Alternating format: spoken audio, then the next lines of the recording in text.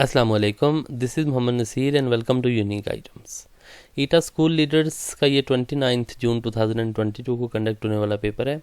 इसमें से teaching approach and classroom assessment के MCQs का सॉल्यूशन प्रेजेंट किया जा रहा है। अगर आप पहली दफ़ा चैनल पे आए हो तो सब्सक्राइब कर लें ताकि आने वाली वीडियोज़ आपको ईजिली मिलती रहा करें।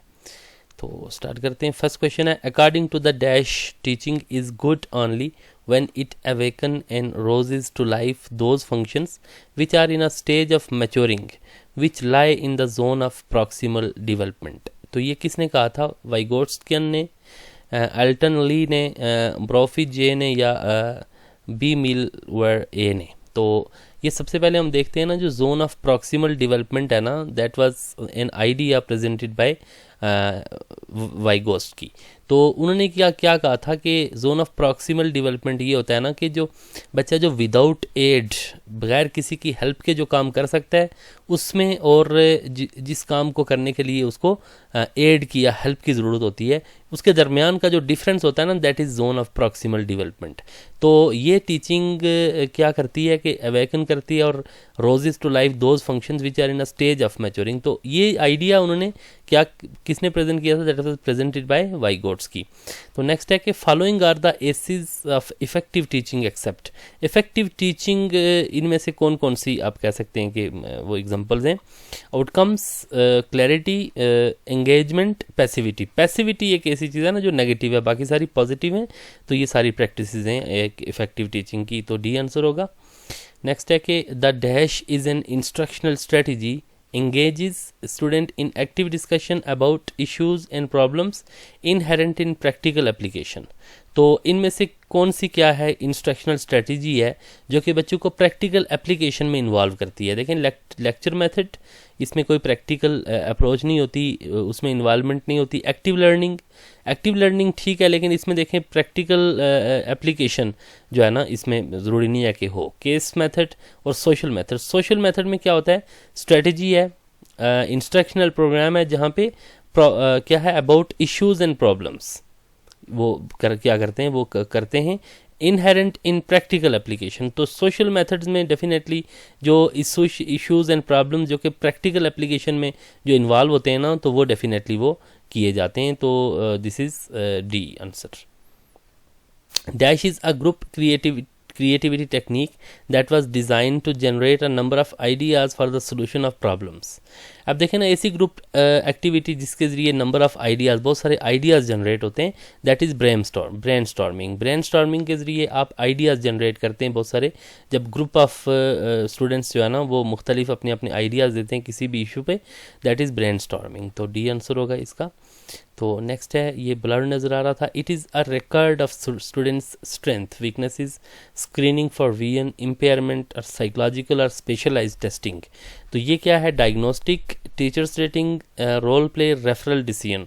तो ये देखें ना, ये डायग्नोस्टिक असेसमेंट है जिसमें आपको बच्चों की स्ट्रेंथ और वीकनेसेस, उनमें जो प्रॉब्लम्स हैं, साइकोलॉजिकल जो इश्यूज़ हैं, वो आपको पता चल जाते हैं। तो ये आप उसके ज़रिए उनको डायग्नोज करते हैं। तो ए यहाँ पे आंसर होगा। ये डायग्नोस्टिक असेसमेंट की एक एग्जाम्पल है। For each content area the first step is to define the. पहला स्टेप क्या होता है? डिफाइन करना। सबसे पहले आपने क्या करना होता है as a teacher? Ethics of knowledge, learning targets, performance outcomes, summary of content, keywords and vocabulary. First of all देखें, आप अपने जो है ना लर्निंग आउटकम्स या ऑब्जेक्टिव्स आप बताते हैं कि हम इस लेसन के बाद, सीखने के बाद हम बेसिकली किस स्टेज पे होंगे। ठीक है, after this lesson the students will be able to ABCD 1 2 3 4 क्या क्या वो करने के काबिल हो जाएंगे। तो राइट आंसर बी होगा। A rating system by which teachers can determine at what level of proficiency a student is able to perform a task or display knowledge of the concept। ये क्या चीज़ है? एक रेटिंग सिस्टम है जिसके ज़रिए आपको पता चलता है कि क्या है कि what level of proficiency a student is able to perform a task, यानी कि किस लेवल पे है कोई बच्चा। तो ये इंस्क्रिप्शन, इसका मतलब सिर्फ लिखना होता है। रूब्रिक को हम देखते हैं, डाइस तो जिस पे खड़े होकर आप लेक्चर देते हैं। IQ लेवल, ये क्वेश्चंस होते हैं। IQ इंटेलिजेंस क्वेश्चन, जिसमें आपको बच्चों की वो पता चल जाती है उनकी जहनी सलाहियत क्या है। तो ये रेटिंग सिस्टम क्या होता है? रूब्रिक आपको बताता है कि आपने असाइनमेंट को ग्रेड कैसे करना है, किसी पेपर की ग्रेडिंग कैसे करनी है, नंबर किस किस हिसाब से लगाने हैं। तो ये रेटिंग सिस्टम होता है रूब्रिक। एग्जामिनेशन में ये दिया जाता है पेपर चेकिंग के लिए। बी आंसर होगा। The teacher only has to indicate whether or not certain elements are present in the performance. That is narrative approach, anecdotal approach, checklist approach, rating scale. Rating scale तो वही है ना जो जिसमें आपने देखना होता है कि आपने नंबर लगाने कैसे हैं. एनिक्डोटल अप्रोच इसमें रिकॉर्ड देखा जाता है. नैरेटिव अप्रोच इसमें मतलब अगर आप इस तरह से अप्रोच असेसमेंट ले रहे हैं तो आप बताते हैं ज़बानी. लेकिन देखें ना, indicate whether or not certain elements are present. आपने जस्ट ये देखना होता है कि कुछ चीज़ें प्रेजेंट हैं या नहीं है. वो चेकलिस्ट के जरिए होता है. आप टिक करते हैं कि फ़लाँ चीज़ प्रेजेंट है और ये चीज़ नहीं प्रेजेंट है. तो ये चेकलिस्ट इस तरह होती है. जो खाने बने होते हैं ना 1 2 3, ये चीज़ है, यस यस, नॉट यस. ठीक है. What are the key characteristics portfolio assignment.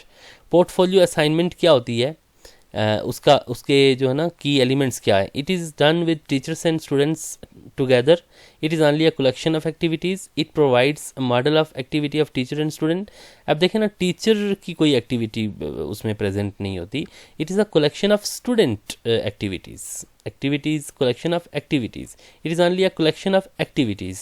तो इसमें स्टूडेंट और टीचर ने मिलकर नहीं किया होता. ये बच्चों की जो है ना प्रेजेंटेशन होती है, उनका जो भी काम होता है ना वो पोर्टफोलियो में वो जमा होता है. तो राइट आंसर बी होगा. नेक्स्ट है कि classroom observation could not be used eight dash level.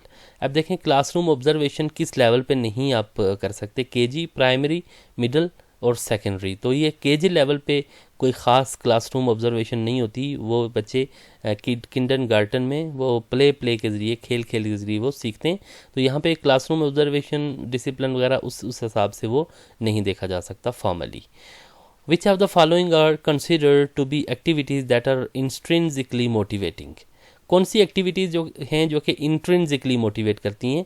Activities perceived as challenging, activities in which learners feel like they have a sense of control, activities in which learners feel they are likely to be reinforced, activities that have surprising results. सबसे पहले देखें ना कि intrinsic motivation क्या होती है. दो तरह की मोटिवेशन होती हैं, इंट्रिंसिक एंड एक्सट्रिंसिक.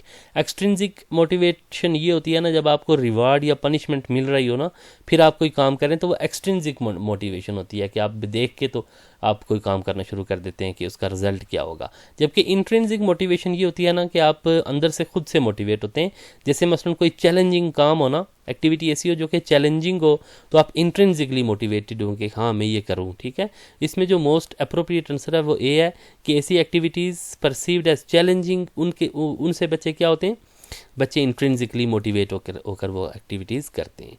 तो ये नेक्स्ट है कि dash is one of the characteristics of the students favourite teacher. Favourite teacher कौन सा होता है. फेयरनेस, चैरिटी, फिलंथ्रोपिस्ट और रिलीफ. देखें जो है ना फेयरनेस, चैरिटी वगैरह ये चीज़ें इतनी इंपॉर्टेंट नहीं है बच्चों के लिए. रिलीफ ज़्यादा इंपॉर्टेंट है कि जो बच्चा उनको आज़ाद रखता है, तो टीचर उनको आज़ाद रखता है, रिलीफ देता है उनको, तो ये क्या है वो उनको अच्छा लगता है. Planning, curriculum, organising, procedures and resources, arranging the environment to maximum efficiency, monitoring are the components of classroom assessment, classroom management, educational policy, development strategy. इसमें देखें curriculum, organisation, procedures, resources, arranging the environment to maximum efficiency.